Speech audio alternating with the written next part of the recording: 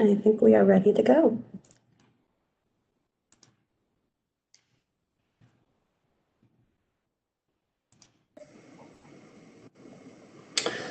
Okay, good afternoon, everyone. I'm John Clegg, the program manager for the New Hampshire Office of Highway Safety, and it is truly great to see everyone today. I would like to welcome you all to our first installment of our four-part traffic safety series. Today's discussion will be focused on teen driving issues brought to you through a collaboration between the New Hampshire Office of Highway Safety, New England, and the Injury Prevention Center out of the Children's Hospital at Dartmouth. Now, nationally and sadly, motor vehicle crashes are the leading cause of death for teens 15 to 18 years old.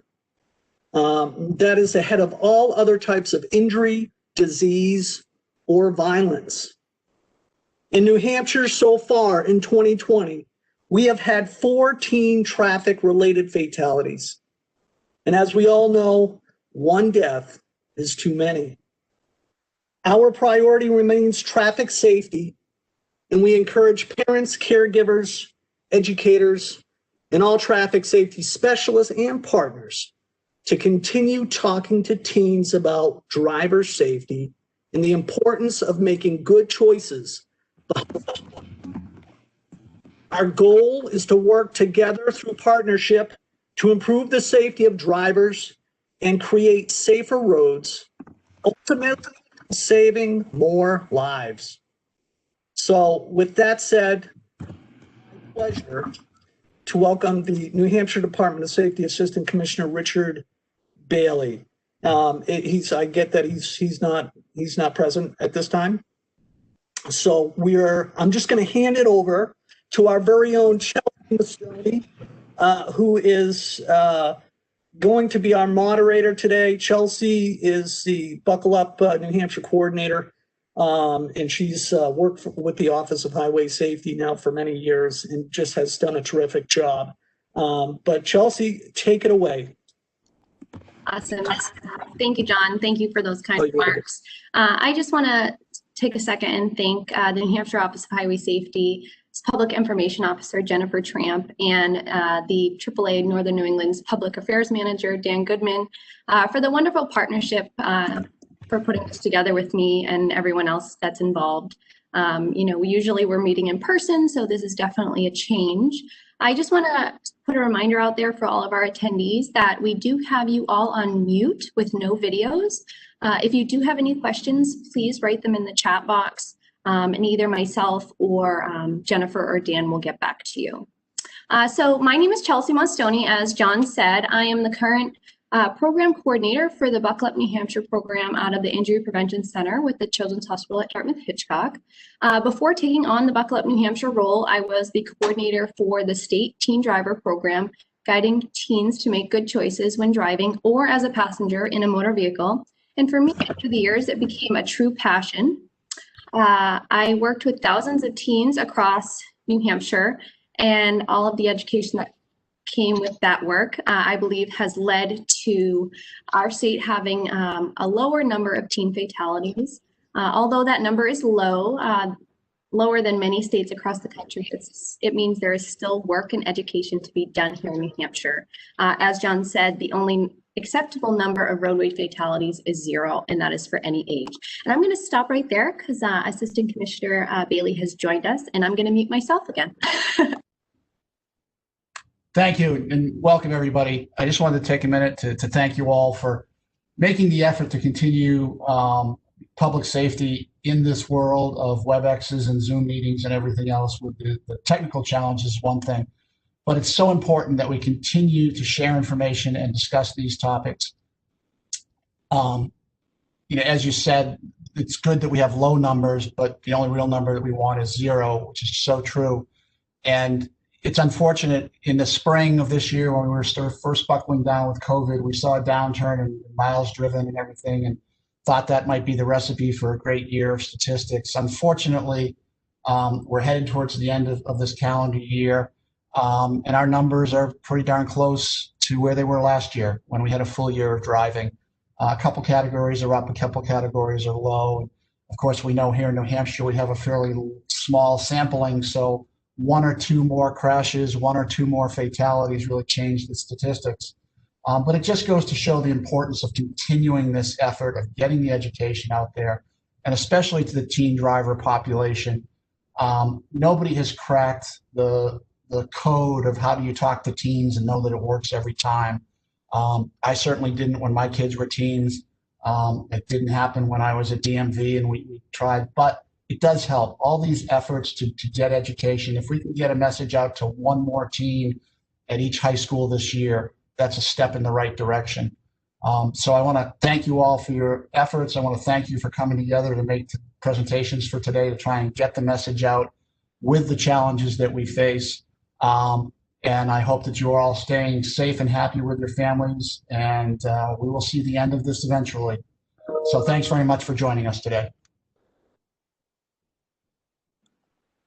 Thank you very much, Assistant Commissioner Bailey. We appreciate your kind words and joining us today on this session. So going back to what I was saying, I am moderating this session because I am very passionate about the subject. I personally have, well, he's 19 now, but a teen brother, so it's very important to me to really educate that age group and prevent him from possibly being in a crash.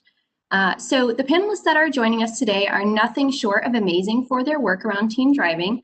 We encourage questions, as I said, from you as audience members, just to please type them in the chat box, and then we will have plenty of time at the conclusion of our last panelist to answer all of them.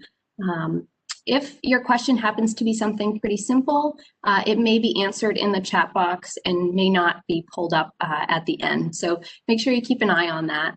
So as we get started, I just want to introduce our panelists.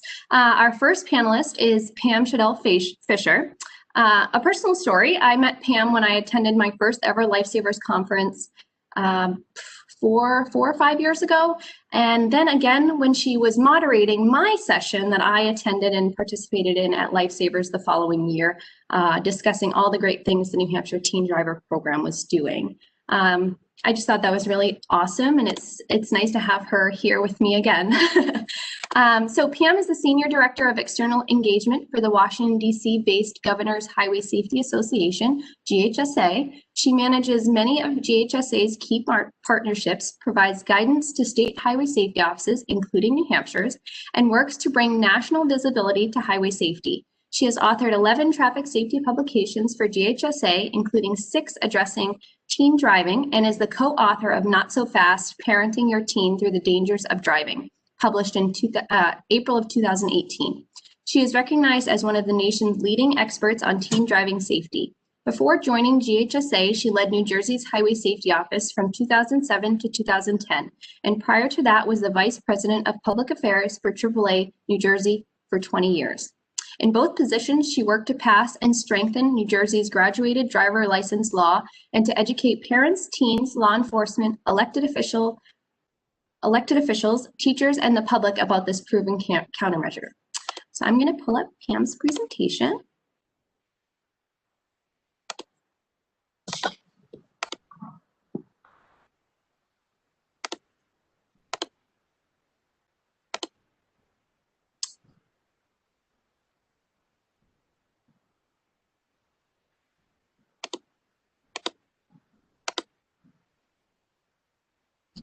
You're up.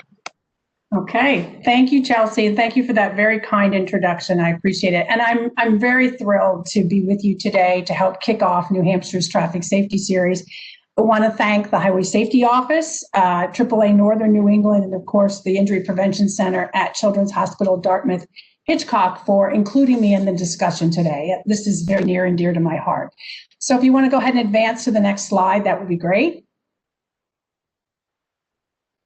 Okay, you heard Chelsie mention that I'm with GHSA, the Governor's Highway Safety Association. We are based in DC, and we're a nonprofit that represents the 57 state and territorial highway safety offices. It includes New Hampshire. Give a real quick click there if you will, and you'll see there's the logo for the Highway Safety Office. The states received funding through the Federal Surface Transportation Grant Program that's based on both population and road miles. And the money is used to address the critical safety problems in your states: speeding, impaired and distracted driving, seatbelt use, as well as particular populations, including teen drivers. So the states work with the ease of traffic safety, education, engineering, enforcement, EMS, and they're really laser focused on making sure everybody gets to their destination safely. So 0 is our goal. You heard John and the Assistant Commissioner mention that 1 death or serious injury is completely unacceptable, and we feel the same way. So my task today is to talk a little bit about trends from a national perspective. I've been working in teen driving since the mid-1990s, and it really is a passion for me as well. I've focused on strengthening laws in my state, and I've advised other states. I've written reports. I've done a lot of different work on this, but I do have to say that my most important job in terms of teen driving has been teaching my only child, who's now 25, how to drive. And I'm happy to say he's doing well. So I really appreciate the opportunity to kick off the webinar and to share some data. I'm going to talk about GDL, and I'm going to talk about some pandemic-related research and offer you some insights as well. So next slide, please. Okay, so I'm going to talk a little bit about data first, and it's really a good news, bad news scenario. So the most recent data set we have, full data set for the United States for teen driving, is from 2018. And we had just under 2,500 teens between the ages of 13 and 19 years of age die in motor vehicle crashes. I want to stress that that's all teens. It's not just the drivers, but all teens that were in a vehicle involved in a fatal crash. And this is, the good news is it's a 72% reduction since 1975. And it's actually a 10% reduction between 2017 and 2018. So, some bad news here. 2 out of every 3 teenagers killed in crashes in 2018 were males. And some of my safety colleagues have heard me say this before, but I hate to say it, but males are more likely to be involved in crashes. And we talk about men behaving badly, and that's the case on the road, unfortunately. But since 1975, when it comes to looking at the gender, teen crash deaths have decreased more among males, down about 76%, than their female counterparts. They've fallen about 59%. And we know that national studies have absolutely confirmed that graduated driver's licensing, or what we call GDL, is the most effective tool we have for reducing teen crash risk. And as you can see from the graph, the number of fatalities really started falling in the last couple of decades, thanks to graduated driver's license. In fact, between 2008 and 2018, fatalities for teen drivers in the US fell by more than a third. And that's confirmed by NHTSA and their fatality analysis reporting system, which gets their information directly from the state. So it is good news. And I'm going to go to the next slide, if you will. Continue to talk a little bit about data. So teens drive less, and I'm sure most of you who are on the call or on the webinar today know this, but teens drive less than all but the oldest people on the road in the United States, but they have the highest crash risk of any age group. The fatal crash rate per mile driven for 16 to 19-year-olds is nearly 3 times the rate for those 20 and older. And the risk is highest at 16 and 17 years of age. That's when they're first really starting to drive or drive independently. I also want to point out, and if you'll click again for me, there's going to be another chart that comes up on the slide, that motor vehicle crashes continue to be the leading cause of death for teens and young adults in the US, and it has been that way for many, many years. This is from the CDC, the little chart you see, and they refer to motor vehicle crashes as part of those unintentional injuries. Next slide, please. So I've got one more data set I want to share with you, and it doesn't include the 2018 data, but the point I want to make here is that when teen drivers crash, they don't only injure or kill themselves, but also their passengers and other roadway users. We're all impacted by this. So when people say, well, I don't have a teenager in my house, why should I be concerned about this? Because we share the road with teenagers, and lots of folks are involved in situations where a teen crashes. The potential's there. I also want to mention injuries real quick, because that is a much larger number that we should talk about. But according to the CDC, about 285,000 teens, again, between 13 and 19 years of age, were treated in emergency departments for injuries suffered in motor vehicle crashes. So that means that if you think about this, every day, about 7 teens die in motor vehicle crashes on our roads across the country, and hundreds more are injured. There's also an economic impact, I think, that we need to know, and it's pretty significant. So fatal and non-fatal motor vehicle injuries among teens 13 to 19 years of age resulted in about 11.8 billion, that's billion, in medical and work loss costs for crashes that occurred in 2018. So that's the data, just to give you a sense of where we are from a national perspective. Let me ask you to advance the slide, and let's talk a little bit about what do we do about it? What are we doing about it? And that's GDL. It is, as I mentioned before, the most effective tool we have in the toolbox for driving down that teen crash risk and that fatality rate. So I want to take a couple of minutes to talk about this proven tool and think about, how do we move forward? What do we know? What do we need to do? How do we move forward? So I'm sure most of you participating in the webinar today know that it's a 3-step system. And the information I show you on the screen is really kind of genericized it, if there's such a word, made it generic, because depending upon where you live, the nomenclature for the steps is going to be different. So a good example, in New York State, they refer to the learner's permit and the intermediate license as a junior permit or license.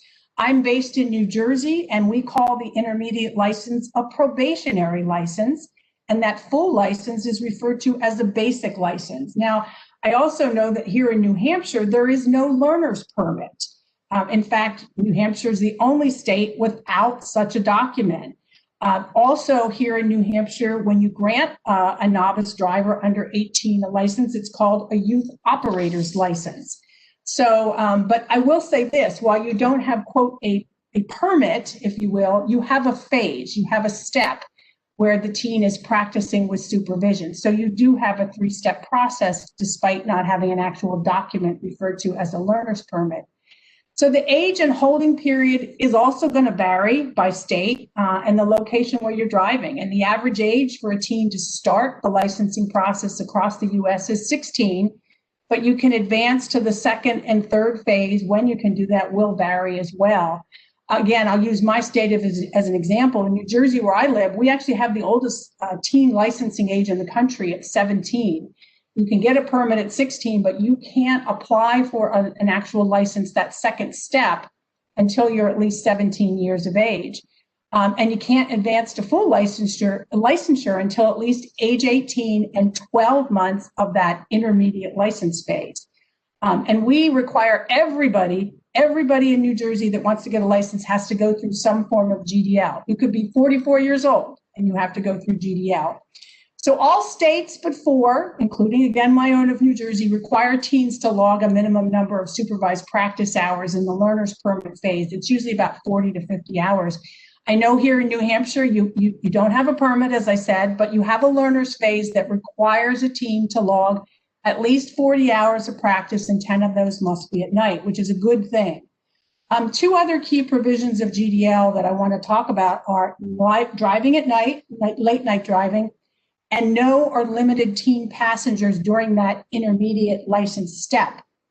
We know that nighttime driving is dangerous for everybody, but it's particularly dangerous for teens, and they're involved in more motor vehicle crashes late in the day and at night than in any other times of the day, than any other age group.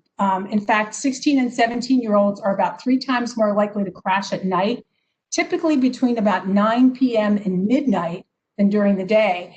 And here's the thing we need to think about. Many teen-related activities happen after dark. So there are issues about fatigue and inexperience combined with teen driving activities that can impact their safety. There's often a tendency for teens to drive at night to include passengers, a lack of seatbelt use. There could be alcohol and somewhat of a social atmosphere. So I wrote about this to parents in the book that I authored, that we talk about joyful versus purposeful driving. And we want teen driving to be purposeful, because when it is about joyriding, often dangerous things happen.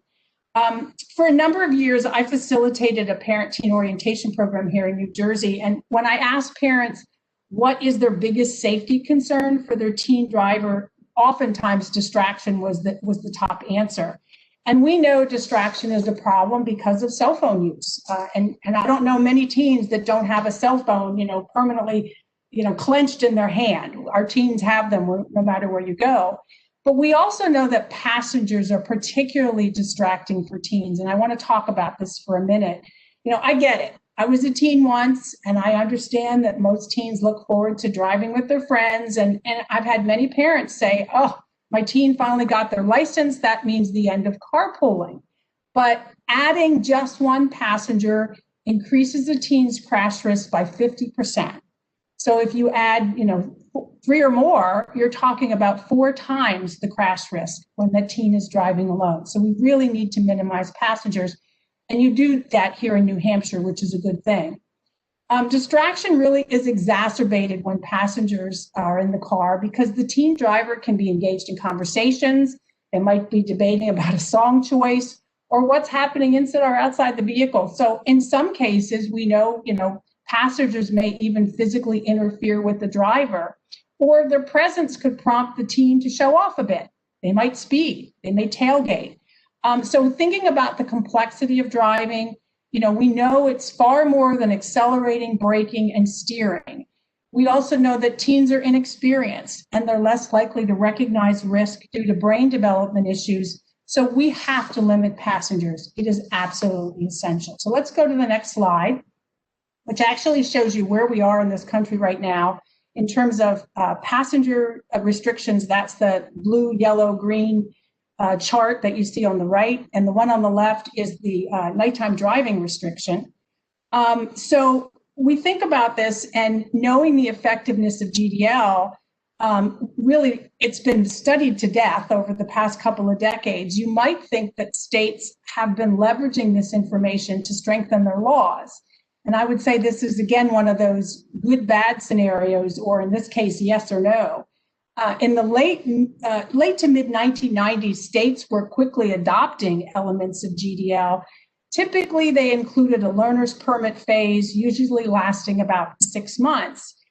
Nighttime driving restrictions were more common in the beginning than passenger restrictions. In fact, Georgia implemented the first passenger limits in the US in 1997. And that same year, Michigan began requiring teens to complete a minimum number of supervised practice hours. So between about 1998 and 2010, an average of 11 upgrades to GDL laws were made each year. So states were very busy. State legislatures were busy. The busiest year, in fact, was 2005, when 18 GDL laws were strengthened. But the pace really started to slow down significantly in 2010. So if you could go to the next slide for me. Thank you. In 2012, the Insurance Institute for Highway Safety developed something called the GDL calculator. And it's designed to show states how strengthening key provisions of their GDL law could reduce collisions and fatalities. So the 4 provisions that are on the calculator are permit age, practice driving hours, license age, which might be raised as a result of a longer holding period for a learner's permit, and then restrictions on nighttime driving and teen passengers. So since the GDL calculator was introduced, again, that was 2012, only a handful of states have adopted any substantial upgrades to their laws. The 3 states I want to point out are Maine, Minnesota, and Texas. They all increased their supervised practice hours. And then Iowa increased the learner's permit holding period from 6 months to actually 1 year. So, it begs the question, why the slowdown in GDL improvements? We don't know for sure, but we can make some, I think, pretty good educated guesses. Clearly, when you change the composition of your state legislature, That can play a role. Some lawmakers may be reluctant to tinker with an established GDL system. Another reason could be that the focus has really been on distracted driving due to concerns about teens' use of cell phones. So you think about, immaturity with teens, inexperience behind the wheel, that makes them far more susceptible to all forms of distraction. So that seems to be what got more of the attention. I like to call this inaction, if you will, kind of a GDL fatigue. But my argument is it shouldn't stop us from advocating for improvements to our laws. And I want you to consider New Hampshire, your state, for a second. Your state's fiscal year 2021, that's the current plan that your Highway Safety Office has in place, does include funding for an assessment of your driver education and novice driver laws. I applaud the Highway Safety Office for doing this, and I really hope that you can come out of this pandemic. We're all going to come out of this pandemic, and New Hampshire will be able to move forward with this assessment. I know it's been put on hold due to the pandemic. The work is conducted by an independent group of individuals. They're subject matter experts. I actually have done this in the past. These individuals can provide recommendations that really can help you gain traction in your state house. And as you can see from the chart that I have on the screen, the IIHS chart, your state can make pretty significant gains by strengthening those key provisions of your law. You see it up there. It shows a 41% combined reduction in teen driver collisions and fatalities by making those changes. So let's go to the next slide. So what I want to do is use the last part of my time with you today to talk about some findings of a national survey of parents of teen drivers that GHSA and Michelin, North America conducted the last week of August. We surveyed parents of teens who were 15 to 17 years of age who have either a learner's permit, are learning how to drive, or have a driver's license, in this case, likely a restricted license. We wanted to learn if their teen has experienced a disruption in driver education and licensing due to the pandemic and what parents were doing about it. So I was really excited to work with Michelin on this because of the critical role parents play when it comes to teen driving. We know this, folks, that parents are their teens' primary driving teacher and coach, and that role starts the minute they bring their kids home from the hospital. So it really sparks me to say something that I do all the time to parents, which is be the driver you want your teen to be. Because your child, your tween, your teen, they're watching, they're listening, and they're learning from you every day. I really can't overstate the teacher-coach role for parents. Many states are required. Many states, teens are required to complete driver education and training, and New Hampshire is not an exception. You do require licensed applicants under 18 to complete 30 hours of classroom instruction and 10 hours of behind the wheel training, and then another 10 hours of observation time where that teen is watching someone else involved in the driving lesson. But I want to stress that's only the beginning, and parents have to understand this. It's great, too, that your teens in New Hampshire must complete a minimum number of supervised practice hours that have to be logged. And that log, which my understanding is you refer to it as a driver's out of class log sheet, has to be signed by the parent or guardian and then submitted to DMV. That's great because it tells parents this is important. This is something you need and should do. So the other thing I want to stress, and this is where you all as educators, as folks working in this arena, need to stress is minimum. Minimum is the operative word when we talk about the stages of graduated driver's license, we talk about practice hours and so forth. The more time parents spend practicing with their teen drivers, the better. And the focus needs to be not only on building those basic skills, but those more advanced skills, particularly the ability to scan the road, recognize potential hazards, and take the appropriate action. And that comes only with time and practice. And I would argue that for those of you who are driver education teachers out there, finding time to spend with parents as well as the teen driver, to give them coaching tips, to help them figure out how to do this, because many parents have never taught their kids how to do this before. Is really important. I did this when I was working with my teen. I talked to his driver education behind the wheel teacher, and he gave me some great tips to really help me through this process. And I think that's important. So let me share the key findings. If we could go to the next slide. Here's what we learned from the survey. First of all, safety is absolutely top of mind for their families, but they've been worried about their teen driver, and it's really added an extra layer of anxiety for families during this already stressful time. So I clipped out little pieces of an infographic we put together, but more than half of parents have become more concerned about their teen's safe driving skills during the pandemic, and 9 in 10, or about 88%, worry their teen may be engaging in unsafe driving behaviors. What's interesting is parents in urban areas, about 82%, are particularly anxious since the pandemic began. And that's more so than their suburban and rural counterparts that are about 50%. About 50% are worried. But I'm betting that if we went back out in the field for this survey, we'd probably find the numbers getting a little bit closer because of the magnitude of the pandemic and the fact that, yes, it started in more urban areas, but it has spread to suburbia and rural areas across the country. Next slide, please.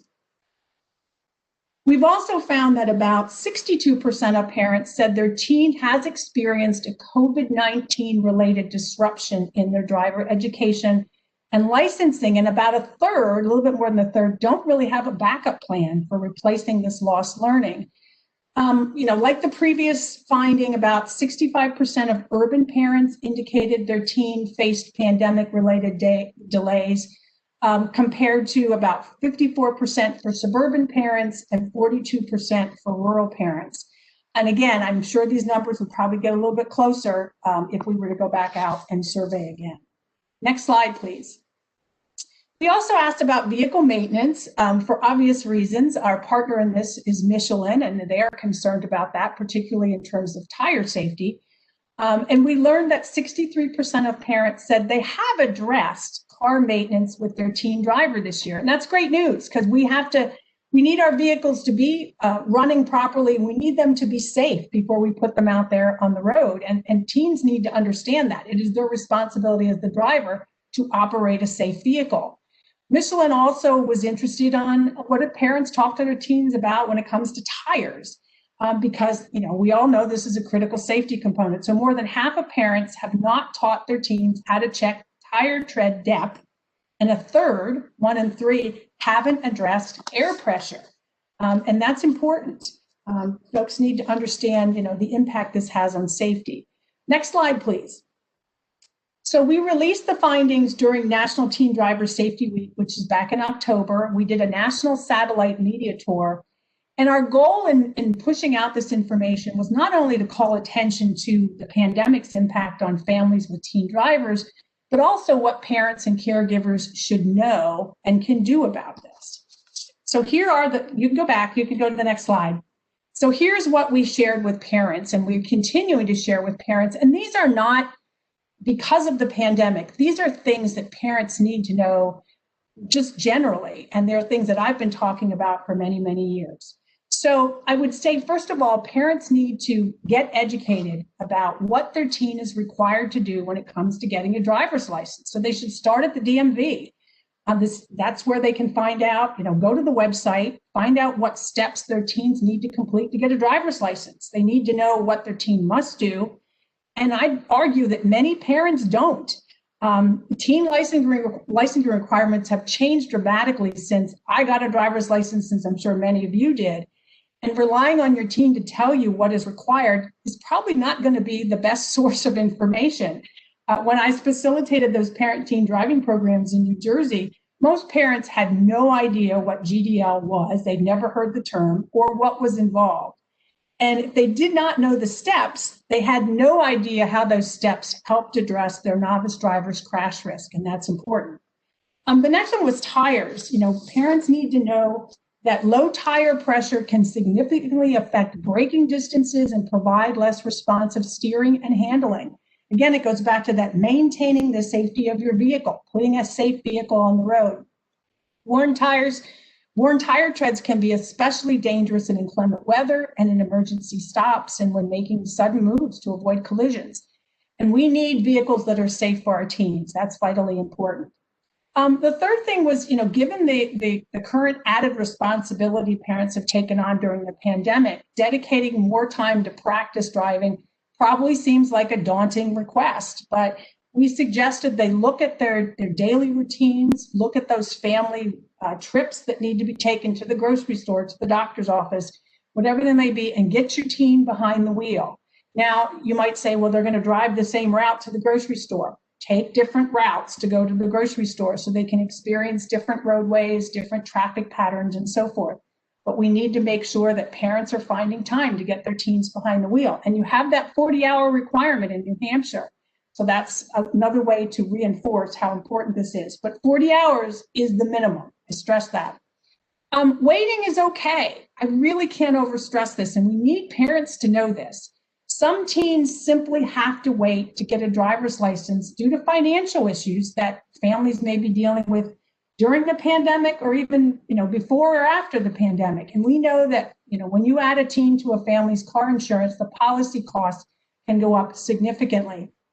At the same time, for those teens who do have to wait, I think what we need to say to parents is, please, if your child ages out of your graduated driver's license requirements, you're the parent. You can institute your own GDL because we again know that those GDL phases, those steps, are the most effective tool we have for reducing teen crash risk. So that means implementing those requirements, time, practice, and limits on passengers and nighttime driving. And I direct you to a couple of great tools that you can send parents to. There's a program called the Teen Driving Plan that was developed by the Children's Hospital of Philadelphia's Center for Injury Research and Prevention. It's at teendriversource.org. Also, our partners at Ford Driving Skills for Life have also developed an online academy that has resources to help teens test their safe driving knowledge and gain skill, and you can find that at drivingskillsforlife.com. I'm also a really big fan of parent-teen driving agreements, which spell out the rules for teens and the corresponding consequences if they're violated. So we talk about establishing and enforcing ground rules. You heard me say that parents are worried. They're concerned about their teen's safety on the road. So the parent-teen driving agreement should be a simple, concise document that's consistent with your state laws, but will allow for some customization. And then you need to enforce them, and you need to display this document for everybody to see, so it's always front and center. And it should include things like vehicle maintenance. Your teen is responsible for that, or any costs that they may need to help share in terms of insurance or gas or things like that. I'd like to share with you my parent-teen driving agreement story. We developed one, my husband and I at the time. We developed one with our teen when he was 16. We sat at the kitchen table for about 3 hours and came up with this 10 key things. My teen typed it up, and it was very simple and concise. We spelled out the violation, and he did violate it once, and he was, held accountable. And we hung it on our refrigerator. It was front and center, and it stayed there for almost 4 years. And the only reason it came down is because we had to buy a new refrigerator. So it really is a great way to reinforce the rules, to have those conversations. And it's, there are lots of templates out there. The Ford Driving Skills for Life, the Academy has one, and you can Google it. Your state may have one. It's a great way to have that kitchen table talk and to reinforce the rules. And finally, the last thing on here is knowing your vehicle safety features and how they work. We've got height adjustable seatbelts, anti-lock brakes, electronic traction control, lane keeping assist, automatic braking system. The list goes on and on and on. As this technology is developed, we need to make sure that we understand it as parents so that we can educate our teens about it so they are aware of it and know how it operates and how it can help them. But, we know there's lots of research that many drivers are clueless about their vehicle safety features and how they work. There's been a lot of survey work on this that's been done to say that people just don't get it. A lot of people turn off the device, the technology in their car because they don't like how it feels. But if they understood how it worked, we really feel that they would, optimize that as much as possible. That requires reading the owner's manual, which is probably the least read book anybody has. And also, there's a website called mycardoeswhat.org, which provides some great videos and tutorials, real simplified stuff that can help families really, understand this technology. So let's go to the last slide, and I'll offer you my final thoughts kind of to wrap this up. I want to stress a few things I think that are really important. Zero really is the only acceptable goal when it comes to motor vehicle fatalities. And I absolutely believe that we can get to zero when it comes to teens. Here in New Hampshire, you heard that there have been 14 deaths so far this year. That's 4 too many, but think about how far you've come over the past few decades in getting closer to zero, and you're getting there every day. So stay the course and know that the work you do is important and it's making a difference. I also want to remind you that GDL, I'm going to say it again, is the most effective tool in our teen driver safety toolbox, but there is absolutely room for improvement, as we saw based on the Insurance Institute's GDL calculator. So we have to fight GDL fatigue, and I know that's not easy. We've got legislators that are besieged by many other interest groups, so we've got to make our issue rise to the top. But that impending driver education assessment that you are planning to do in New Hampshire, use it, leverage it for all it's worth, and I truly believe you can get some traction here. And lastly, when you think about parents, educating them about GDL is not just about what it includes, but how and why it works. That's so essential. And I really am a huge fan of parent-teen driving agreements and also parent-teen orientation programs. And I really feel they should be a requirement for a teen to begin the licensing process. Having parents and teens together to learn about the risks, to learn about GDL, and what they can do as a partnership is important. Connecticut and Massachusetts have this requirement for this orientation, and there's research confirming that it works. We don't have a requirement in New Jersey. We're trying to pass it, have been for a number of years. But we have a number of high schools that require parents and their teens to participate in an orientation as a prerequisite for the student gaining on-campus parking privileges. And we've seen some significant knowledge gains on the part of parents. So my very last slide, I will ask you to put it up and I'll stop. I want to thank you again for inviting me to participate. This is my son, Zach, who does inspire me to keep doing the work I'm doing. And I encourage you to reach out to me if you have any questions, if I can be of help to you in any way. So I'll hand it back to Chelsie.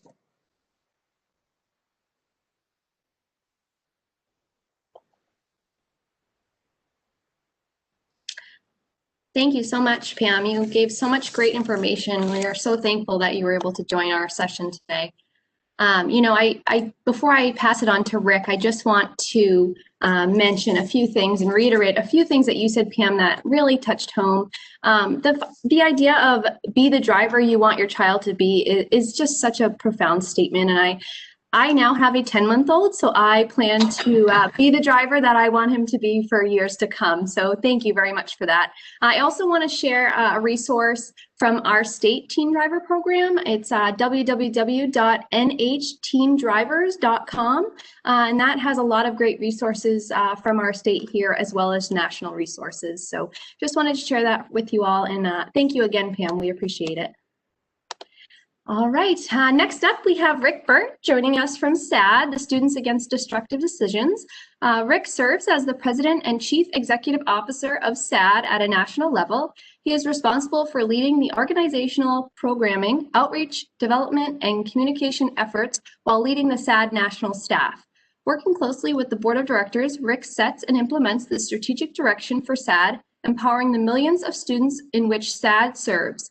An expert in the matters of youth, health, and safety, Rick has authored several publications that feature SAD's unique form of a peer-to-peer approach that is vital to creating lasting behavior change in youth. Rick also frequents major news outlets where he provides perspective for parents on best practices for helping their teens succeed. A SAD alumni himself, he has over a decade of prevention experience. Previously, Rick held the position of Executive Vice President, Director of Strategic Partnership, and Development Officer for SAD. Before joining the SAD team, he led Midwest operations as the Midwest Education Outreach Coordinator for Impact Teen Drivers. Rick is actively involved in the community and spends time giving back to the Washington, D.C. area. Prior to his move to the district, he spent 6 years on the Northwestern Local Schools Board of Education in Ohio and serves on several local and national boards that work to make a change at the community level. Rick, I'm going to pull up your presentation now. Awesome. Thanks, Chelsie. And good afternoon, New Hampshire. Hope everyone is doing well. I hope you're staying safe and staying warm during this unprecedented year. I don't know about you, but I'm really kind of sick and tired of the word unprecedented, but it seems to fit, so I'll stick with it. We can advance to the next slide, Chelsie. I want to start by saying thank you. Thank you for taking time this afternoon to join us. Thank you to the Highway Safety Office, to Children's Hospital, and AAA, and of course to my fellow panelists for the opportunity to share with you. I have had to follow Pam many times on panels like this, so I will try to fill her shoes and share with you some great information. But in the spirit of 2020, we can advance to the next slide. I thought it might be interesting to see if we could describe 2020 in a video as we think about the contents and the measures of highway safety. What might that look like? So I think I found a video that might work. Chelsie, let's go ahead and roll that video.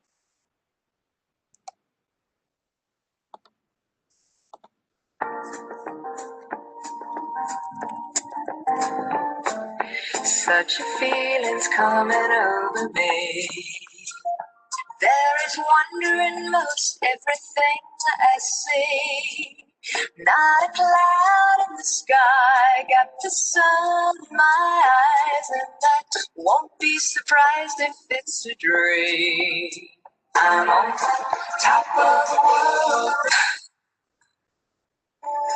This is the end, beautiful friend. This is the end, my only friend. The end of our elaborate lives.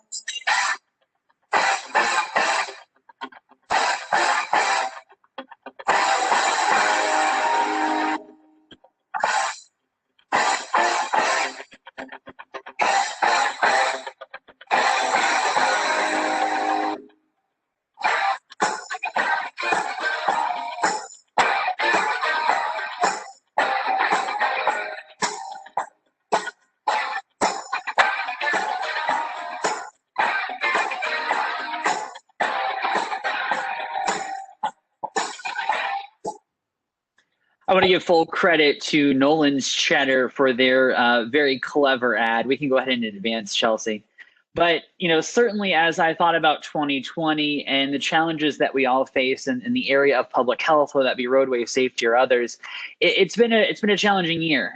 Trying to capture the attention of the public, particularly of youth, has been a unique challenge. But I want to let you know that here at SAD, we're here to help. Perhaps maybe this can be your eye of the tiger moment. Perhaps you're a bit run down looking for new resources, new outlets to connect with your community. I'm hopeful that that's what I can spend my time chatting with you about today. Pam gave us an incredible overview of the data and some of the science behind the work we're doing. I want to speak to a practitioner side and really focus on the free resources, programs, and countermeasures that we have at SAD that can be available to support you in the efforts that you already have going on. Let's go ahead and advance.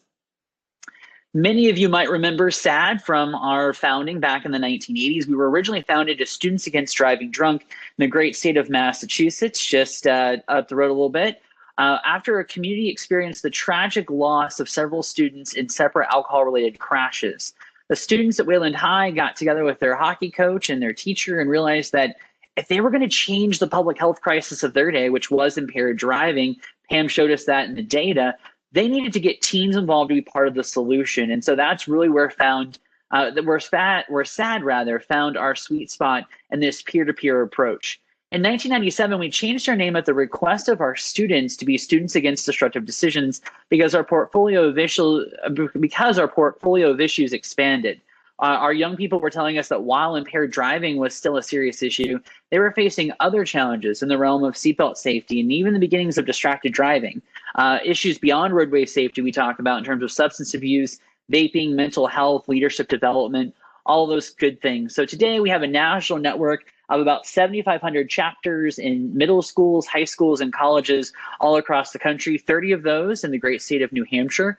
So perhaps we can get you connected with a SAD chapter in your local community to talk about how you can build on the existing programs that you have available. That's the beautiful thing about SAD. It can be built into something that you're already doing. Next slide, please.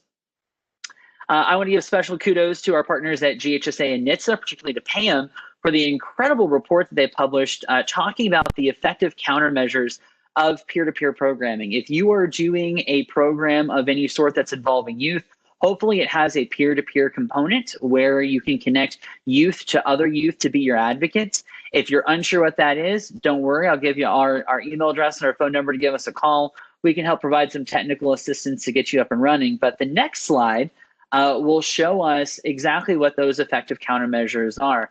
Again, being youth-led, so that speaks to the peer-to-peer component of what we do, being inclusive, involving all youth and all youth groups, making sure that all students feel welcome in the work that you're doing, making it sustainable so that it's not a one and done. Real culture change and behavior change requires this sustainability.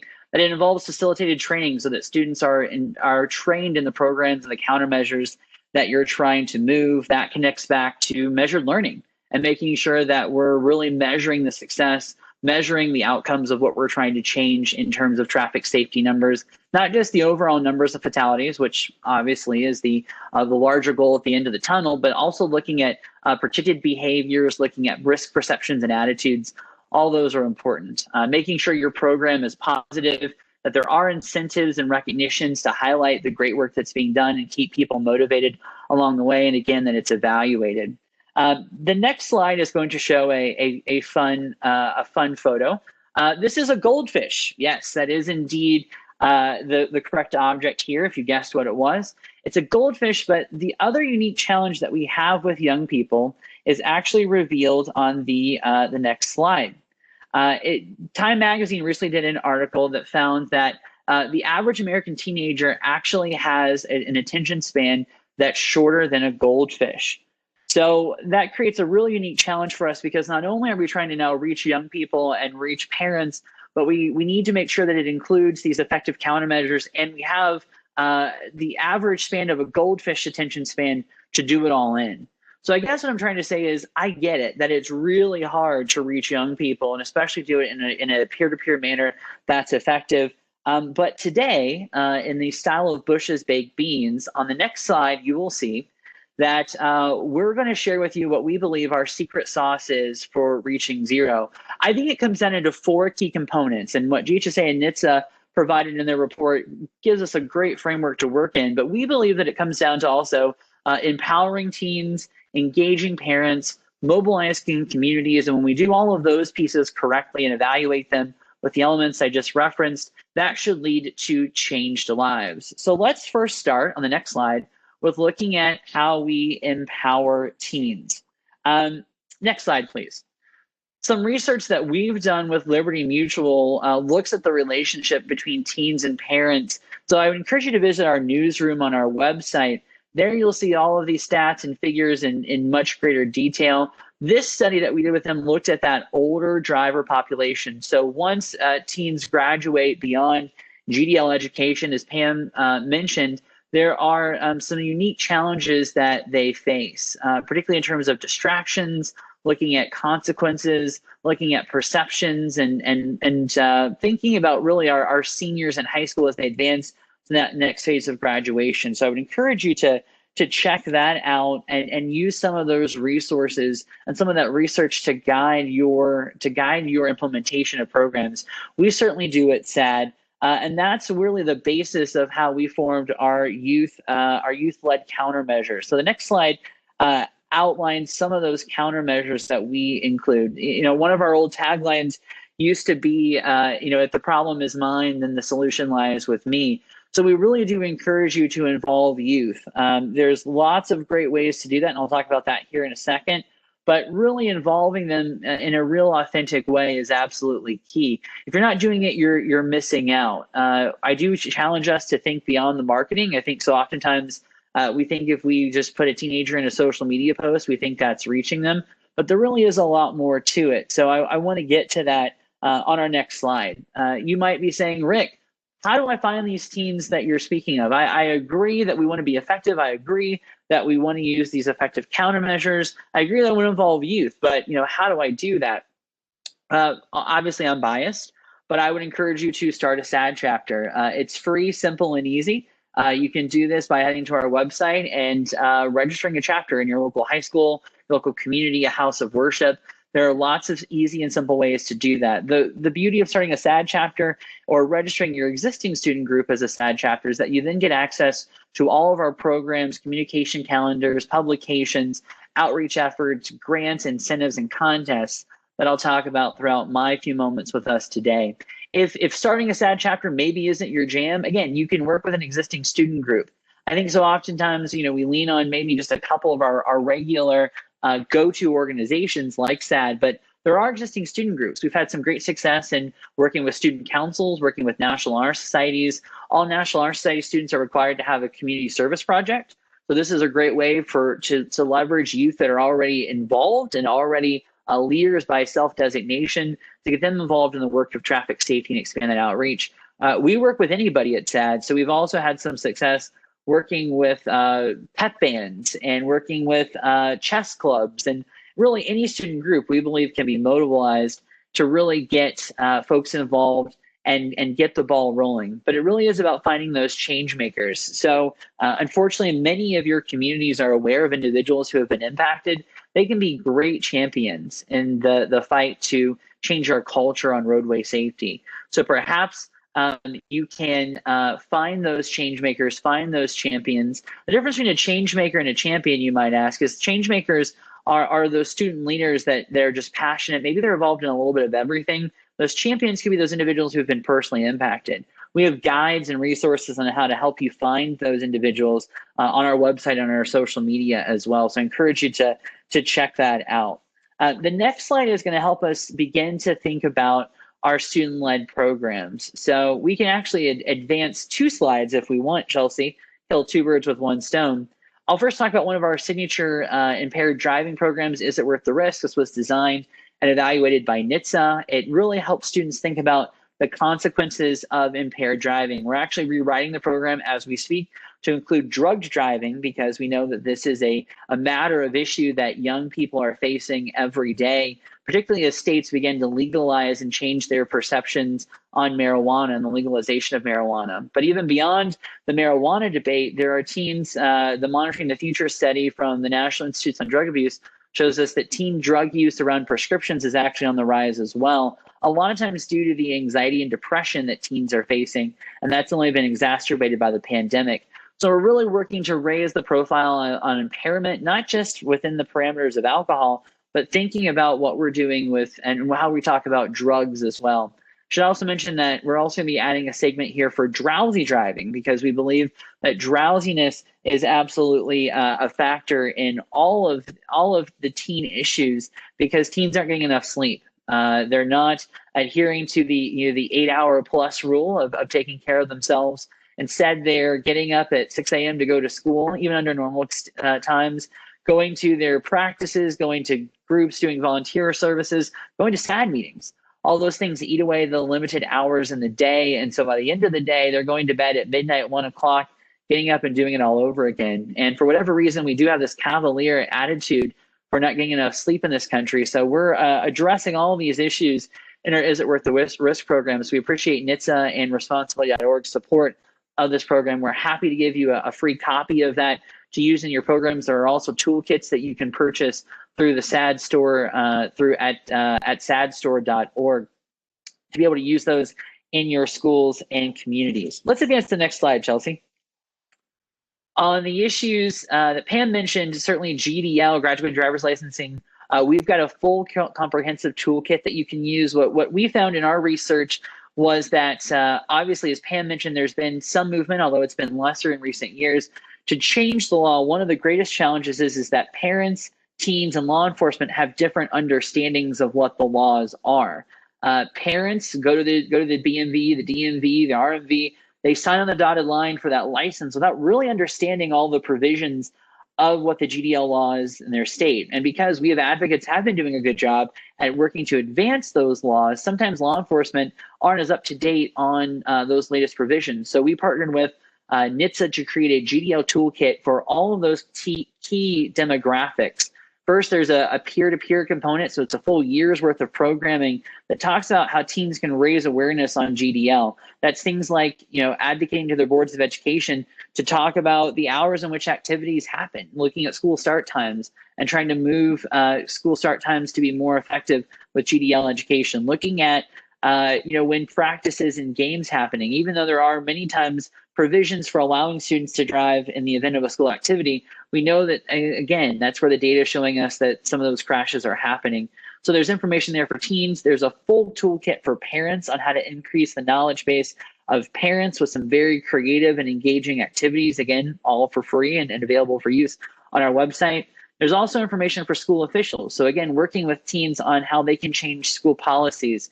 And one of our pilot states of this program in Ohio, we actually did a training for school staff, for teachers, bus drivers, other members of the school community to train them in GDL so that when they're on parking lot duty, as I call it, when they're off seeing students out at the end of the school day, they're aware of what the GDL laws are to make sure that teens are not putting more passengers than they should have in their school, in their cars and on the road.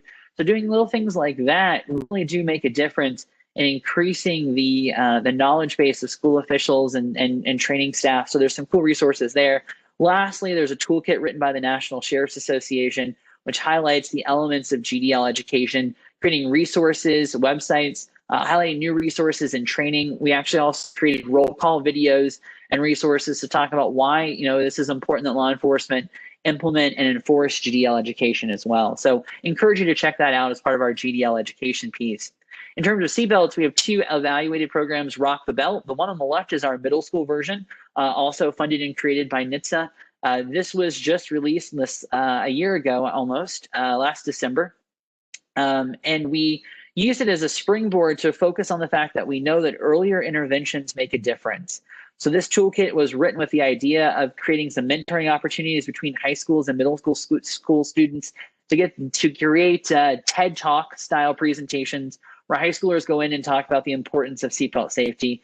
There are, again, resources on parents and resources for the broader community, but all with a middle school flair. So this is really that 4th through 8th grade audience that really is key to, again, establishing those behaviors that they should have known since they were taught. This generation is some of the most protected in terms of childhood occupant protection, in terms of seatbelt or in terms of car seats and such. But we need to make sure that that's translating to seatbelt usage as they become passengers and drivers. So there's some great resources there. Then the graphic on the right highlights our high school version of that program, the High School Rock the Belt, Every Trip, Every Time, where we involve a wide variety of really effective countermeasures that are rooted in the countermeasures that work. From NHTSA, provide a little bit of a flair, some fun elements and graphic education for a social media campaign. I should mention all of these programs that I'm talking about have been digitified. Again, I don't think that's a word, but I'll make up a word too. Digified to allow for the use in an all digital environment. So if you're looking for things to engage young people in these digital times, this is a great resource as well. We'll move on to the next slide, Chelsie, where we'll talk about one of our newest programs, Text Less, Live More. This program was started by a family who tragically lost a young woman to a distracted driving crash. And they realized that really the core issue of distractions as it relates to technology goes back to digital dependency. Just like we talk about underage drinking as the root cause in many cases of youth underage alcohol impaired driving or youth substance abuse in terms of youth impaired driving, the same issue applies here when we're looking at youth distracted driving, particularly of a cell phone or technological perspective. Digital dependency really drives our lives. Even as I'm sitting here on this webinar, my cell phone is right beside me. And I would imagine that if your cameras were on, your cell phone is within arm's reach, because that's just the way the world works. But it creates a digital dependency in our lives that we really shouldn't be too surprised by or for when we have situations then where young people are grappling with their phones, when adults are grappling with their phones. So Text Less, Live More is a two-pronged program that we've acquired, and we've made Text Less, Live More part of SAD, where Now we not only talk about distracted driving and the issues of distracted driving, but we also look at the root of that through digital dependency and creating opportunities for youth to disengage. We recently partnered with The Social Dilemma, a Netflix documentary that talks about social media in our everyday lives. And we've hosted some great virtual events. So I would encourage you, again, visit our website to learn more. We'll go ahead and advance to the next slide, Chelsie. This is our program, I call it our all-in-one. So this is our Mobilizing the Community, You Are the Key program, also developed with the National Highway Traffic Safety Administration and with the National Sheriff's Association. It really does tackle every issue of youth traffic safety through a three-pronged approach. The first is the student activity guide. So we took the NHTSA communications calendar and created youth programming for each mobilization crackdown and awareness observance on the calendar. So that way the paid media and earned media that highway safety offices are using is amplified and extended from a youth perspective, because a lot of times those messages are meant for, that 25 to 35 and older audience. So we youthified, again, another made up word, the NHTSA materials and put those into a student activity guide to really be effective. Again, we created countermeasures and used a really aggressive approach to engage law enforcement. So how do we get law enforcement and teens working together in a positive way? We think in the climate that we're currently in, it's more important than ever that youth continue to see the positive that law enforcement are doing in our schools and communities, and engaging school resource officers, community-based enforcement, and other countermeasures in that venue are very important. So all of our programs have a strong law enforcement engagement component, but perhaps the strongest is You Are the Key, because there's a whole guide there on how schools, SAD chapters, peer-to-peer led efforts can engage law enforcement, again, authored by the National Sheriff's Association. So we appreciate their support. And then the third component of You Are the Key is our policy task force.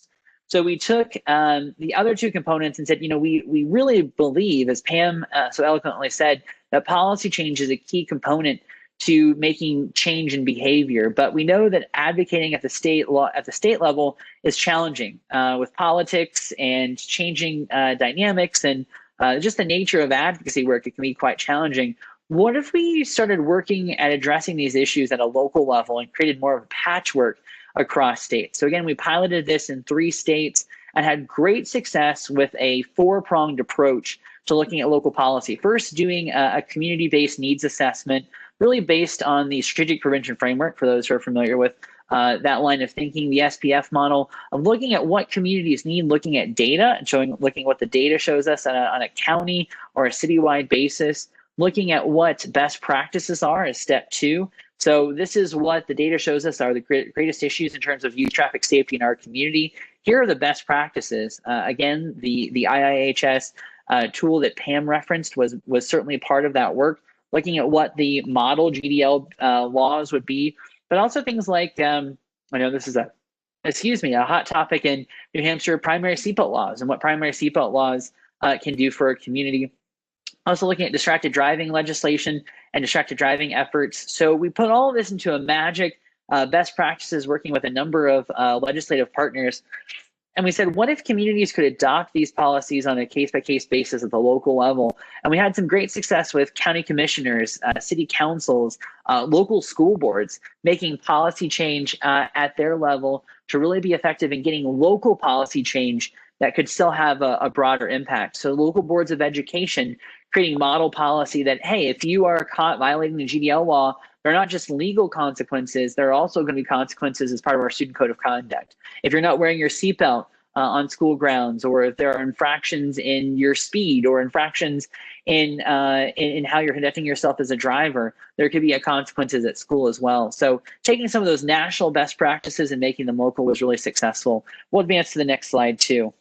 I'm going to highlight just a couple other resources that we have for engaging parents. The next slide, Chelsie, would be great. There are a number of resources that I've mentioned already that really include a lot of these key components. As Pam said, parents are the best coach, the best partner in getting teens to establish norms and cultures around driving safety. But some parents aren't familiar with the challenges that young drivers face. Some parents don't know how to have those constructive conversations. So, and again, we realize that some parents don't even know the laws. So the next slide actually talks about some original research we did looking at teens and parent relationships. I won't go through all of this, but some huge discrepancies in what parents think are the issues in teen traffic safety and what they actually are, particularly around drowsy driving. So I encourage you to visit our website again and check out those resources, because we really believe that's important. And there's some great resources there to tackle that parent engagement in what young people are doing. Appreciate Pam putting that in the chat. Thanks, Pam, for doing that. Next slide, please, Chelsie. All of those parent programs, as I mentioned, have those parent cheat sheets. They all involve conversation starters, and they reference the laws and resources for parents. So I kind of said that already. We'll advance to the next slide, 2, please. Lastly, we'll go through the community elements. This is how we mobilize the communities. In all of our publications, we really do use the African proverb of thinking about the fact that if we want to go quickly, we do go alone, but if we want to go far, we go together. So we develop all of our resources to have a strong community component and involve many partners. I'm particularly proud of how SAD really has become a clearinghouse of resources in a number of ways. Next slide, please. We talk about this in the power of community. There are resources for all of those caring adults.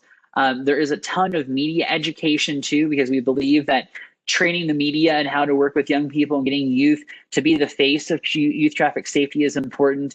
So we really do a great deal of outreach to media, both at a national level and a local level, to train our students how to engage in media education, because getting even small things like getting reporters to stop saying that these are accidents or crashes, they are the vast majority of them are preventable. Changing the culture really does start there at the community level, because it sounds a little cliche, but there really is no I in youth traffic safety. Next slide, please. I do want to highlight 2 great resources from our partners at the National Road Safety Foundation. This is one of probably our best resources that we worked with ADSIA, GHSA, and the National Safety Council to create our Passport to Safe Driving. It is a multifaceted tool that includes podcasts, PSAs, driving tips for parents, and some of the leading causes of teen crashes that oftentimes are skipped in driver's education. So this is meant to supplement the driver education that they're receiving. Here's one example talking about blind spots. There are talking points for parents on one side of a tip card, and on the other side, there are resources for teens on how to navigate those. The QR code takes you to the podcast series that we have and the PSAs that we have as well on all of these resources. So please make sure you check that out. Next slide. That also complements the incredible array of resources that the National Road Safety Foundation has at nrsf.org. We've co-authored quite a bit of those and have a number of contests that we host with them. So we hope that you will use them, and we'll advance to the next slide. So lastly, for changing lives, I want to share with you 2 photos that I think really do make a difference. The next slide will show a picture of some of our incredible youth leaders. Again, if you are not involving young people, I would encourage you to do that. We have resources and tips and provide some technical assistance to help you do that. I know I've covered a great deal of information and lots of examples of our programs, but please feel free to reach out to us, because there are moments like the next slide that remind us all of what we do. Many of you might remember these things called airports. They still do exist, but in a time before COVID, I had the pleasure of being actually right here in the National Airport. And I had a woman come up to me and said, "Excuse me, do you work for SAD?" And at first I was kind of stunned and freaked out, because I wasn't sure how she knew that I worked for SAD until I realized I was wearing a SAD polo, carrying a SAD bag, and had a SAD book bag on. But the abridged version of the story is that she shared with me that her life had been saved because of the work that we had done in traffic safety. Her life had been saved because of our ability to again mobilize parents and get teens involved in the work that we do. That's the challenge of youth traffic safety work. Sometimes we don't get to see the seeds that we plant because we can't measure things that don't happen. And hopefully, if our goal is achieved, we will reach a day. I know we will reach a day of 0 roadway fatalities. So I want to advance to the next slide and end where I began and say thank you. Thank you for your commitment to roadway safety. Thank you for working with our young people. No one goes into youth traffic safety to become rich or famous. If anyone has done that, please let me know how. I'd love to steal your tools and tricks. The next slide contains my contact information, our website, and also our Twitter handles and such. So please make sure you reach out to us if we can be of any assistance in your outreach at the local level. So thank you again to the Highway Safety Office, to Chelsie and Dan for their work. Greatly appreciate it. And I wish you all a very happy and safe holiday season. Back to you, Chelsie. Awesome. Thank you so much, Rick. Just get this up and sharing. I'll figure this out eventually here. Okay. So before I introduce our last panelists, I just want to mention the fact that Rick is so right when he talks about the positive approach with teens. You know, a lot of times when we're talking with students here in New Hampshire, we are encouraging them that it is cool to speak up to their peers and help them make safe choices. It is just the idea of you caring about them, and they should appreciate that. So now moving on to our last set of panelists, and we are so glad that they are able to join us today. So we have Dr. Shannon Roberts and Dr. Jennifer McDermott from the University of Massachusetts Amherst here to discuss a study on ADHD, teen drivers, and autonomous vehicle technology. Dr. Shannon Roberts is an assistant professor of industrial engineering and the co-director of the Human Performance Laboratory at UMass Amherst. Dr. Roberts received her PhD and master's in industrial engineering from the University of Wisconsin-Madison, and she received her Bachelor of Science degree in mechanical engineering from MIT. Dr. Roberts is a human factors engineer who studies and evaluates the interaction between drivers and their vehicles. Dr. Roberts' research falls into 3 areas: 1, young driver behavior; 2, driver warning systems; and 3, driving automation systems. Her work that she will be discussing today combines these research thrusts by examining young drivers' behavior in automated driving systems. Dr. Jennifer McDermott is the Associate Professor of the Department of Psychology and Brain Sciences.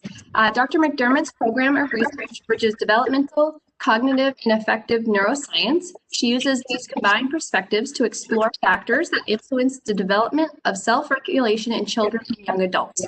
She has a special focus on the role of experience in cognitive development and social emotional outcomes among typically developing individuals, as well as individuals with ADHD symptomology. Dr. Roberts and Dr. McDermott, I am going to stop talking and give you the floor while I pull up your presentation.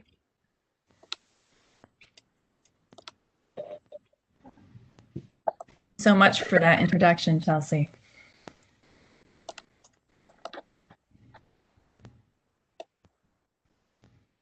All right. Yes, thank you very much for that introduction, Chelsie. As Chelsie said, my name is Shannon Roberts, and today with my colleague Jennifer McDermott, we're going to talk about a research project that we recently completed that was looking at ADHD, teen drivers, and automated vehicles. Next slide. So just a bit of background information. We know that teenagers who have ADHD, they're more likely to receive moving violations like speeding tickets. They're more likely to drive recklessly. They tend to drive distracted. And overall, they're more likely to be involved in a crash. So we're dealing with this vulnerable group of drivers who's they're just involved in more hazardous things on the roadway. Next slide. Even though the last slide painted a not so rosy picture for this vulnerable group of drivers, we know that new technology that's being introduced into the vehicle has the possibility of really helping this group of drivers. Pam mentioned before that there's tons of technology that are in newer cars. So as one example, we can look at automated driving systems. And so automated driving systems are systems in your car that control your speed and they control your position within the lane. So you can take your hands off the wheel and your feet off the pedals. So if you have a car like that, we can imagine that it holds a lot of promise for these teenagers. Because if you can take your hands off the wheel and your feet off the pedals, then the driving task will be automated instead of manual. And in that case, we can have teenagers do as they please, which is really important for teenagers who have attention difficulties.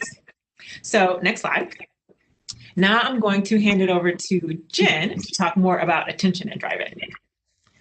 Thank you. So we know that the necessary skills for effectively handling a motor vehicle rely on areas of the brain like the prefrontal cortex that are still developing throughout adolescence and even into early adulthood. And young drivers with ADHD are especially vulnerable population because they experience increased risk of attention control problems and self-regulation challenges that are linked to the development of the prefrontal cortex. And these attention and regulation challenges are often discussed in terms of executive functions. Executive functions simply reflect cognitive skills like working memory, inhibitory control, and selective attention. And collectively, those skills are the ones that allow us to hold on to important information, to control our impulses, and to resist distraction. And all of those are really key elements of being able to efficiently and safely drive. And when we're thinking about attention and driving, especially among individuals with ADHD, it's important to note that these skills are highly variable among each individual with ADHD.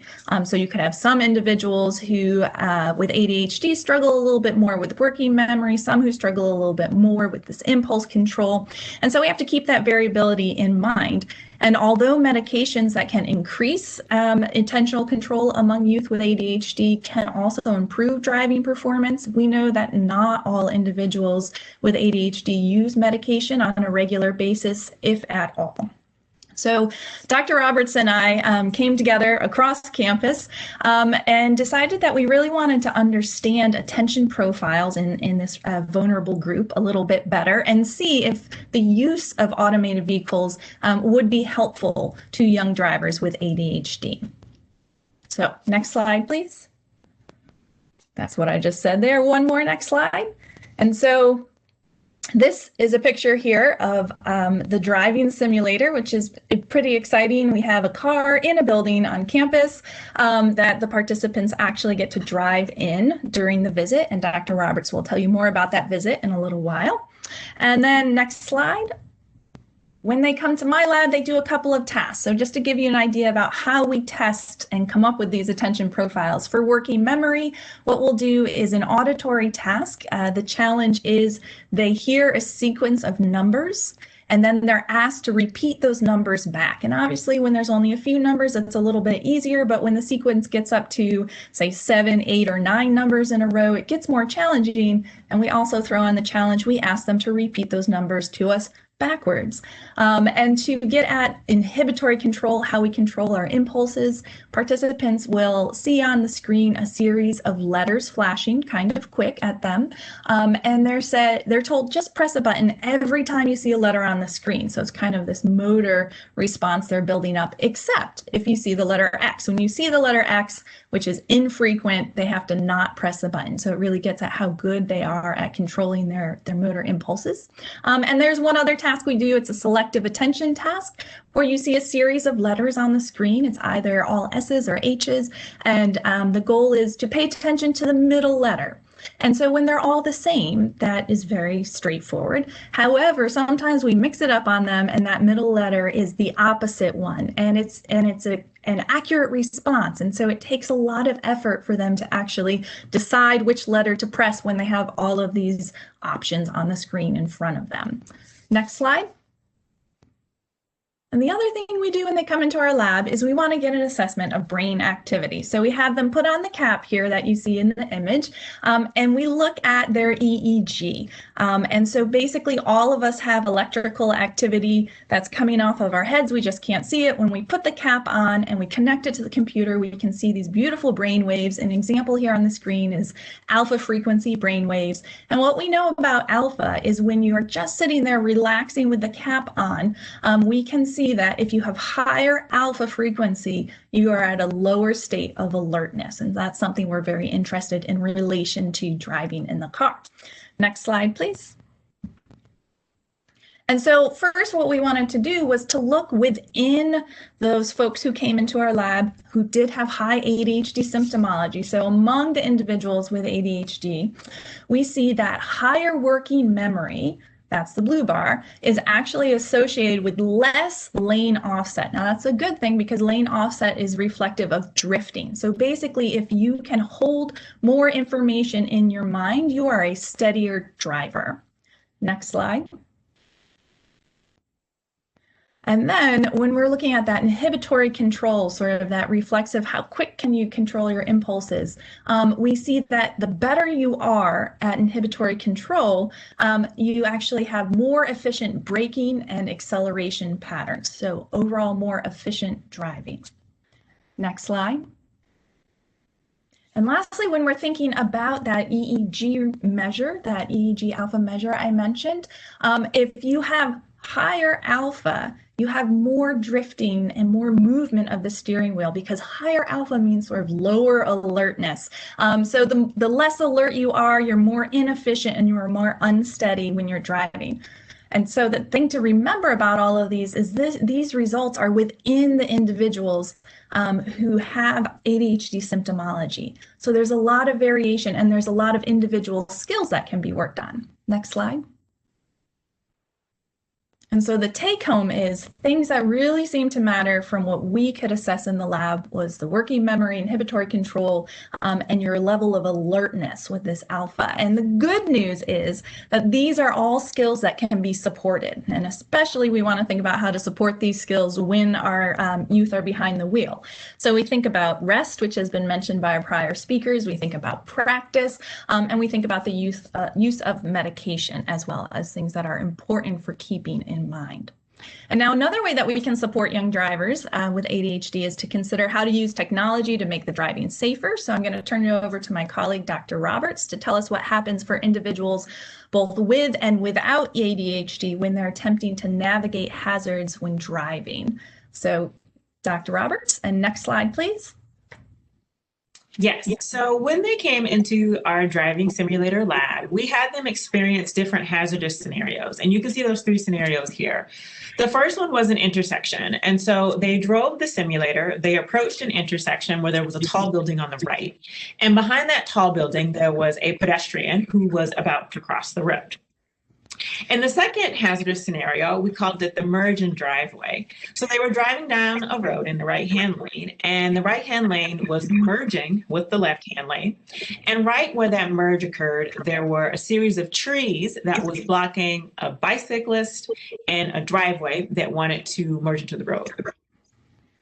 The third hazardous scenario is what we call the curve.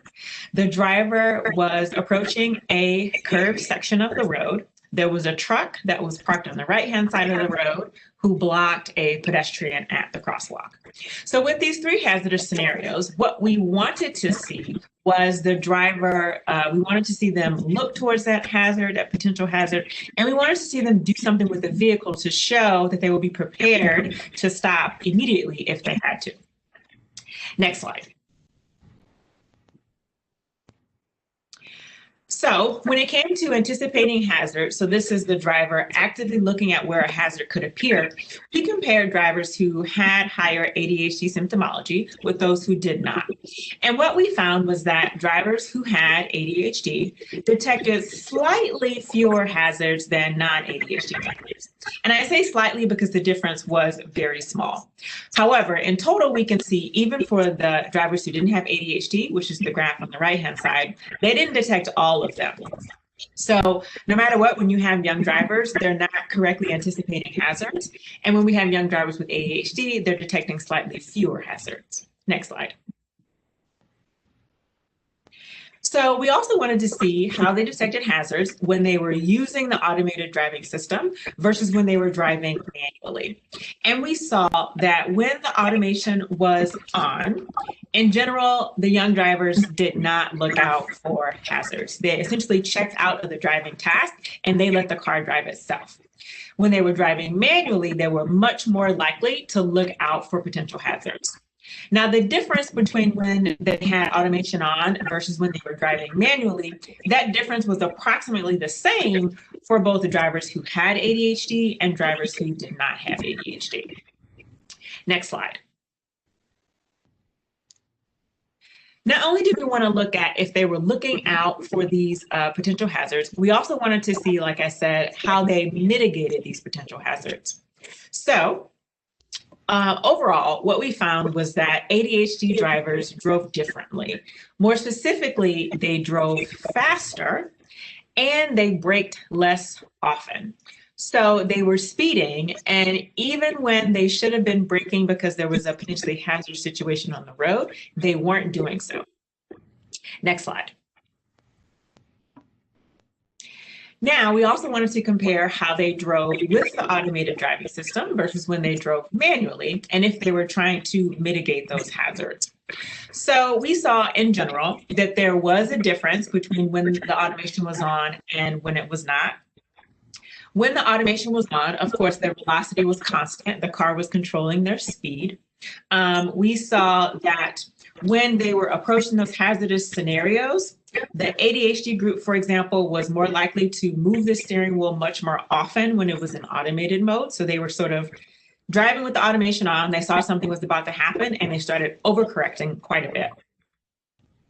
And lastly, similar to velocity, because automation was on, there was more control of their acceleration, so they were much less likely to brake or speed up quickly. Okay, next slide. So in summary, when it came to anticipating those hazards, so looking for those pedestrians or those bicyclists, we saw that when you have automation on, drivers are just less likely to look out for potential hazards on the roadway. And that's whether it's a driver with or without ADHD. Now, this can be really dangerous because we know that the technology that's in our vehicles right now, it's still not perfect. So if you have a driver who's checked out of the driving task and they're not looking for potential hazards on the roadway because they think the car can do everything, it's a recipe for a really dangerous situation. However, what we saw in terms of velocity and acceleration is that when you have an automated driving system on, of course, it's controlling your speed. And that just results in much more consistent driving behavior, constant speed, constant acceleration, a very smooth driving trip. Now, this is really beneficial for young drivers with ADHD because previously, we know that they're more likely to get tickets and speed and drive recklessly. So if you have technology that can make the driving task more consistent for them, that's definitely a positive thing. Okay, next slide. I'm going to hand it back to Jennifer to talk about tips that we have for parents of teens who have ADHD. Thank you. So one of the most important things to remember is that the attentional and behavioral challenges that occur in the home and school settings also impact children behind the wheel. So as parents, you need to be aware of your child's specific challenges. You need to keep them in mind when you are setting up that supportive structure for their learning and how you're going to maintain their driving privilege. The other side of that is to make sure that your child is aware of their challenge areas, challenges with attention, with behavior, with emotion, which can be so important when you're in sort of frustrating driving situations, and involve the children in creating guidelines for their safe driving, as has been brought up by our prior panelists. And also when it comes to medication, think about both the timing of medication and whether or not your child may be experiencing changes in medication. So some children may take medication for their school day and it's wearing off towards the end of the day at a time when they may be getting behind the wheel to go home or driving to other kinds of activities that they have. And when someone goes through a medication change, it takes a while to really sort of understand how that is influencing your attention and your behavior. And so those things need to really be thought of, especially when it comes to the context of being behind the wheel. Next slide. And so there's a lot of great information on the web and at various locations. And I just want to highlight a few of them that I think are really important to keep in mind for setting clear rules and expectations with your teen driver. You want to do things like consider an incentive system, not just for driving practice, but for maintaining the privilege of driving. And this one is key. And I will say I'm already doing this with my 13-year-old ahead of time. She just got the privilege of moving up to the front seat. So now she gets to hear me talk about driving a lot. So use that practice time, whether or not the teen is behind the wheel or they are with you in the car in the front seat, to discuss challenges of driving. You can talk about driving with ADHD as well as the process of driving, the experience. Did something happen? And do this reflective piece on it, right? Ask, were you distracted by what? So that you're sort of raising their awareness about the experience of driving. And this has been emphasized again, I think Pam brought this up. especially with these graduated driver license, you have the opportunity to limit, think about necessary outings at first, school, job, limiting the night driving, number of passengers. Also things like the radio. Think about having preset channels so that they're not getting distracted by trying to do multiple things inside the car when they need to also be paying attention to outside of the car. Next slide. And last, I'll highlight, and so many of these have been brought up already, some really great driver education programs. Some of them do focus on specific needs of individuals with ADHD. So there's one behind the wheel with ADHD. It has trainings as well as a pre-driving app. There's a picture of the screenshot of the app over there. So every time before the team gets in the car, the app is helping them do that sort of reflective thinking process. And as mentioned also before, it is okay to delay. And the thing with delaying is you need to be very cognizant, very aware of how delaying when a child goes to get their license can change requirements for licensure in your state. So there may be less hours of practice required if the child is over 18 years of age. And those additional resources had been highlighted earlier. CHAD, attitudemag.com, Center for Management of ADHD at the Children's Hospital of Philadelphia are just a few of the great resources that are out there. Next slide. And so thank you very much for your time. And Shannon and I just wanted to share our emails so that if you have any follow-up thoughts or questions, we're happy to talk in the future.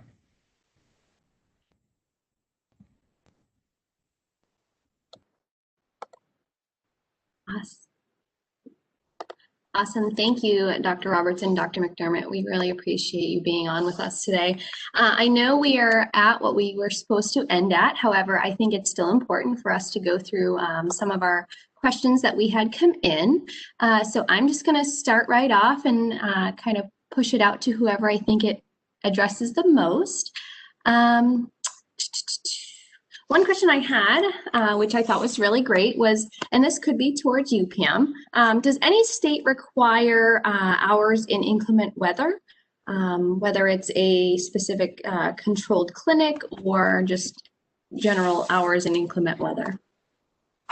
There might, it's one of those questions. I don't know that I've ever been asked that before, but I would say I'm not aware off the top of my head that there are. But it's a best practice that we do encourage parents to absolutely do. And again, I go back to the driver education, the behind the wheel instructors who may be on the webinar today. That's a tip to definitely share with parents, is to make time. We have a tendency to have our kids drive to the same places, right? Places where we know they feel comfortable or they may be going, but we need to introduce them to inclement weather driving, different road conditions, highways, local roads, everything. So the more we can reinforce that, the more they can build skill over time. So that should be absolutely something that parents should do, is implement inclement weather driving. You're in New Hampshire, we get lots of snow. So, taking your teen down to the local high school parking lot when you get a little bit of snow is a great way to get them, started in understanding the feel of the brakes in the vehicle and the steering and so forth. So very important. Awesome. Thank you, Pam. I think back to, I think a resource that you shared, Pam, the Ford Driving Skills for Life. They came to New Hampshire, I want to say 4 years ago, and I had my brother go through the program because I felt it was very important. And he actually used that skill that winter that he learned to get out of a skid. So it's definitely a great program. And if there's any programs available in New Hampshire, definitely take advantage of them. So just some more questions for you all. I'm going to go on to Rick. I don't want Pam to take all the questions. So Rick, I just want to ask you, because we do work with a lot of our school resource officers. So in law enforcement is a strategy that many SAD chapters have used to mobilize in their communities. How does a chapter or any of our schools that we're working with use law enforcement, and what benefits have you found with using them? Yeah, so there's lots of ways that you can involve law enforcement quite easily, and our SAD chapters do take advantage of that. Little things like under normal circumstances, involving them in our seatbelt checks as part of our Rock the Belt programs, asking them to come in and host a parent-teen workshop Many of our chapters do that as part of a parent-teen conference night, or as part of requirement to maybe park on campus. Those have become quite popular. There are more sophisticated opportunities too that if you have an SRO or another community officer that wants to be really engaged, I would check out our law enforcement engagement guides, where they're loaded with resources and materials on how to involve law enforcement in a very easy way. I've found very few law enforcement that will say no to a young person who wants to involve them in this work, because horrifically, many of our law enforcement remember that first time they had to go knock on that door and make that death notification. And those that are obviously hunted the most are those when a teen is involved. So being involved in the proactive side, I've yet to find a law enforcement officer that says no. Sometimes they don't know what to do, and that's where those guides can come in really handy. And we're obviously happy to help as well. Awesome. Thank you, Rick. We appreciate that. So now a question for Dr. Roberts and Dr. McDermott. So before I ask the question, I think I speak for all of us when I say we are looking forward to the day that we have all autonomous vehicles on the road, because it eliminates that driver error. So one thing I wanted to ask was, will autonomous vehicles or automated technology change the licensing process? That is a great question. And it's a question that has not been fully answered yet because the Massachusetts Secretary of Transportation calls it the Wild Wild West. Technology is being put into vehicles. It's not really regulated or standardized or anything of that nature yet. When it does become more popular, it can definitely become a part of the licensing process. One way that I know is already sort of creeping in, one example, cars that are built past a certain date have to have a backup camera. However, when teens go for that test, the instructor typically covers that backup camera when they have to do it for any sort of parking maneuver. So there's going to be more adaptations like that occur as more of this technology appears in vehicles. There isn't anything standard yet, but it's slowly creeping into the driver education process and the testing process too. Awesome, thank you. I know a few years back, I went down and actually visited the Insurance Institute for Highway Safety's testing facility, and I was able to see where they were testing these autonomous vehicle technologies, and it was just fascinating to see this huge area, and I'm glad they test it there before putting it on the road. It's definitely scary to think about. So back to Pam, someone was asking where they would be able to find the COVID report that you discussed, or the COVID research. Yeah, we have an infographic, and the news release that has the data is on our website at GHSA.org.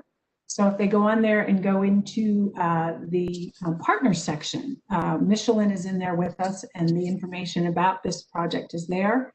As I said, there's an infographic as well as a news release that explains exactly what we did. Oh, wonderful. That was easy. We'll add that to the chat box too for folks, since I've been typing away. And I do want to mention that this session has been recorded, but we are also going to be sharing the PowerPoints if requested with any attendees. So if you have any thoughts or you would like to see it, please email us and we're happy to share it with you in PDF form. We won't allow you to make any edits to their presentations. So going down and looking at some more questions. So back to you, Rick. So it's understandable that peer-to-peer prevention works, but how do you get a peer-to-peer program started? So I mentioned this a little bit, Chelsie. There are several avenues to do that. Obviously, you can start a new program from scratch. So there are a lot of great organizations out there. SAD does by no means have all the answers on this, but a SAD chapter, an FCCLA, a DECA chapter are all wonderful organizations that have a created environment to do exactly the work we're talking about. SAD is the only organization exclusively focused on health and safety. So we have a little bit of a different perspective, but all of those student groups or any student group that you might have in your school, the National Honor Society, the Student Council, like I said, we've worked with pep bands, chess clubs, whatever it might be. Finding an existing student group is probably the easier route to go because you already have a dedicated smaller group of youth to work with that are committed to being leaders, and getting that buy-in is the first way, the first step, I should say, to getting your program off the ground. And then once you've got those teams together, it's really about figuring out what issues they're passionate about within the realm of youth safety. I know oftentimes we have our own topics we really want to talk about or need to talk about for grant reasons or what the data shows us, but a lot of times it's easier to get them on board first and get them excited about the topic, and there's lots of ways to do that too. You are so right. And a lot of times when I was working with high schools, that was one of the first questions I asked them. I said, what can we do, and what are you seeing in your peers' vehicles that we can be helpful with? And that seemed to really open the doorway for communication with them. So I appreciate you mentioning that. Yeah. Chelsie, can I offer one other insight on that, just to piggyback off of what Rick said? I really encourage folks who are thinking about trying to do peer-to-peer work to take a look at the guide that Rick referenced, the peer-to-peer guide, and I know I put the information on the screen. It talks about what are the essential elements of a successful program, and there are key elements that need to be in place. And SAD is one of the groups that's referenced in there because they have these elements. But I encourage people to take a look at that. It's really important information because you want your programs to work, and there are some key elements that you want to incorporate. So, yeah, good point, Pam. Wonderful. So I am excited to say that that was the last of my questions from anyone today. So if any of our attendees thinks of any questions afterwards, you can feel free to email them to me and I can connect with the panelists that it most likely references and have it answered for you. Before signing off, I want to again thank our panelists, Pam, Rick, Dr. Roberts, and Dr. McDermott. Your time is valuable and we appreciate you taking time to be a part of our Traffic Safety Series Teen Driver session to spread awareness here in New Hampshire. I also want to thank my supportive collaborative partners, Dan Goodman with AAA Northern New England, Captain William Haynes, Jennifer Tramp, and John Clegg with the New Hampshire Office of Highway Safety for all working to put this fantastic session and the rest of the series together for everyone tuning in. This session has been recorded and will be available to view on the New Hampshire Office of Highway Safety YouTube page. As you exit this session, a survey will pop up. We appreciate any feedback you can provide as it helps to improve any sessions in our future. In addition, if you are a driver educator and require a certificate for attending this for credit, please email me. I'm hoping they're putting my email in the chat box as I'm saying this, and I will be happy to send you a certificate for your required learning. Our next session in this traffic safety series is going to be a speed panel that is happening a week from today on December 9th from 1 to 2:30. Again, we thank you for joining us, and remember, the next time you get into a motor vehicle, make good choices, always buckle up, and arrive alive. Thank you. Thanks, everyone. Thanks, everyone. Be safe. Happy holidays. Happy holidays. Happy holidays.